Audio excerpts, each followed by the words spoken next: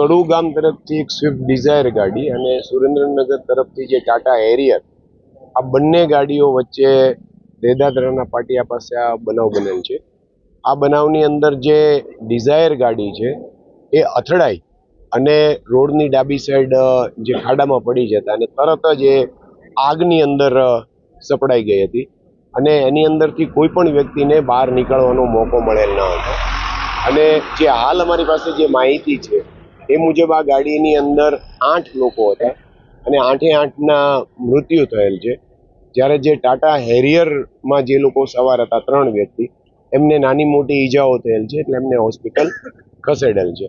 જે 8 બોડી છે એ હાલ સુરેન્દ્રનગર ખાતે મહાત્મા ગાંધી હોસ્પિટલ ખાતે ખસેડવામાં આવેલી છે અને ત્યાં આગળની પીએમની અને આગળની પ્રક્રિયા હાથ ધરવામાં આવશે. કોઈ સરકારી કર્મચારીનો પરિવાર હતો એવું અમને જણાવ્યું. હાલ અમારી પાસે માત્ર નામો જ આવેલા છે એટલે હવે થોડી વારમાં ખાતરી થશે કે આની અંદર કોણ વ્યક્તિ છે, સરકારી કર્મચારી. એટલે હાલ માત્ર નામોની વિગત આવેલી છે, જેમાં કડુના 2 લોકો છે, એક કચ્છના રહેવાસી છે, એક જામનગરના છે અને બાકીના ધંધુકા તાલુકાના જિંજર ગામના વ્યક્તિઓ છે.